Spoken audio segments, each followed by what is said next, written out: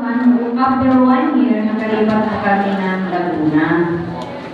At yung mga anak ko, nakatapos natin ngayon. Siyempre, yan na yung sinasabing walang masasayang kasi alam ko, may legacy kami, may iwan. Gusto niyo ba yun? Di ba ang sarap sa pakiramdam na meron kang nagbuhay na nabago rin ang kanilang buhay. Di ba? So, unti-unti po, at yung mga sinabi kanina, si Marlon nga pa po, maraming ilalim mga girl ambassador. Grabe kung marami siyang nabagong buhay. No, yan po yung pinakamasayang party dito sa DSN. Eric Estrada, napakalaki po ng napakarami na po nila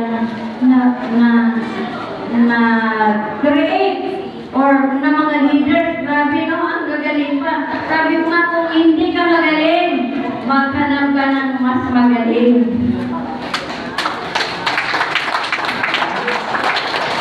So, yun, unti-unti po na bagong buhay namin. Kanina nga yung sinabing pag-travel kami ng libre. Alam nyo ba, naluhan ako nag-join. 2000 ko nag-start kaming mag-travel. Alam nyo ba yung kasama ko, hindi yung naniwala sa ospita? Pero ngayon po, hindi na siya makapaniwala sa nangyari sa amin. Dahil lagi po siya kasama sa travel sa iba't ibang bansa dahil sa business na ito. Oh. Diba? Alam ko,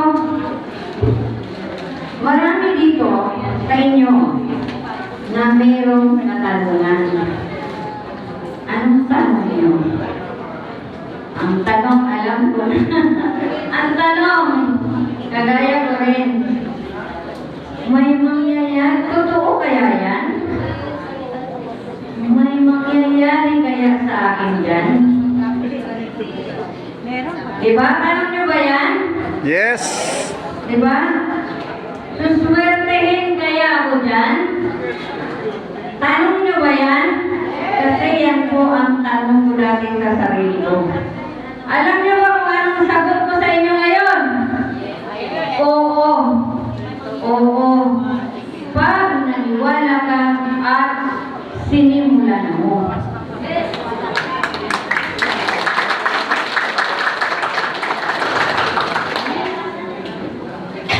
Alam niyo ba, yung mayroong mga taong gusto, sabi nga may pangarap, pero hanggang ngayon pangarap pa rin, wala pa rin. Kasi bakit? May mga taong palaging naghihintay ng tamang panahon. Oo, wala pong tamang panahon. Ikaw dapat ang gagap ng panahon. Alam mo ba, naintindihan ko ngayon sa DSN, hindi pala, huwag kang matakot na wala kang alam sa umpisa.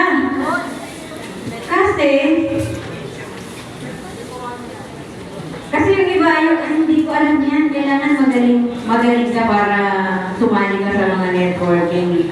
Ang kailangan pala, magsimula ka para ikaw ay maging magaling. Diba? So sa inyo, may tatanong ako sa inyo ngayon. Ay, muna. Naalala ko kasi yung sinasabi bakit hindi ako magti-training. Share ko lang sa inyo na ano yung dapat yung gawin dito. Maniwala ka lang. Maniwala ka lang.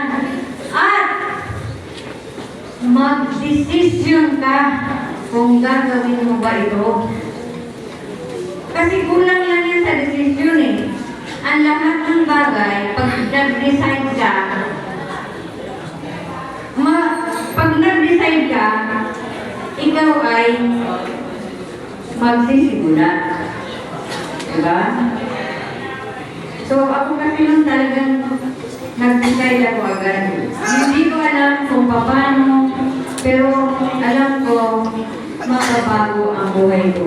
Dito po ay unti-unti, hindi po kaagad. Minsan po naiisip ko, marami naman to kasi minsan nakakalungkot, pagod at pagod na pagod ka na, pero wala pang resulta. Pero pag naiisip ko, kung ito madali lang, ibig sabihin, kung madali lang ito, lahat ng tao gagawin ito. Pero wala kasing tao nagsasakripisyo, ay bilang tao nagsasakripisyo para sa kanilang pangarap. So, ngayon, sa mga kayong mga nakaupo dyan, may tatanong lang ako sa inyo. Kayo ba, ano ba ang pangarap nyo? May pangarap pa ba kayo?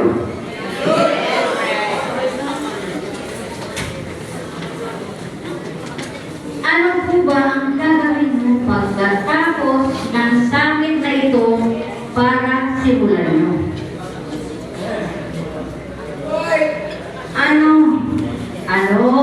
Ano ang gagawin nyo pagkatapos ng summit na ito? Sisimulan? Kailan?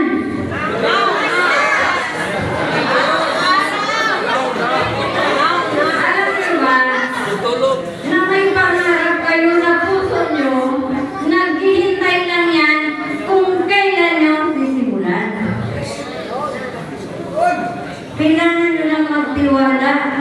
Ako dati, sabi ng mga ibigay, magtiwala ka lang, kaya mo yan. Sabi ko, kaya ko. Diba? Magtiwala ka lang. Hindi po tayo maliligaw dito kasi ang DXN po, nandyan po sa atin, naka-agapay. Ito ang negosyo na inaalalayan tayo. Diba? So, hindi tayo dito maliligaw na may kasama kang apply na sumusuporta sa'yo. Kaya huwag matigas ang ulo. Kasi wala pong apply na ipapahamak ka. Diba?